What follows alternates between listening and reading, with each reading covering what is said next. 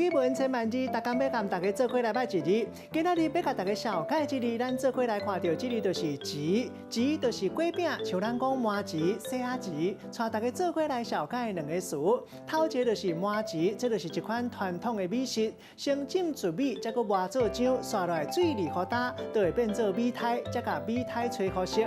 另外一款的做法是甲煮米煮做饭了后，直接放入去蒸具中，安尼饭就会变做糊糊一丸一丸，会当混汤粉或者是土豆粉安尼来食。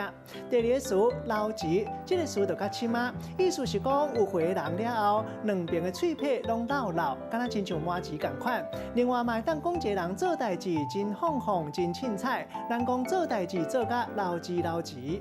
咱用一句话来举例，甲这两个词夹做伙。譬如讲伊做代志捞糍捞糍，做麻糍嘛真凊彩，煮米饭放入去蒸具，无水蒸好软，拢放互伊打打去。今仔日小解这一字糍，提供予大家参考。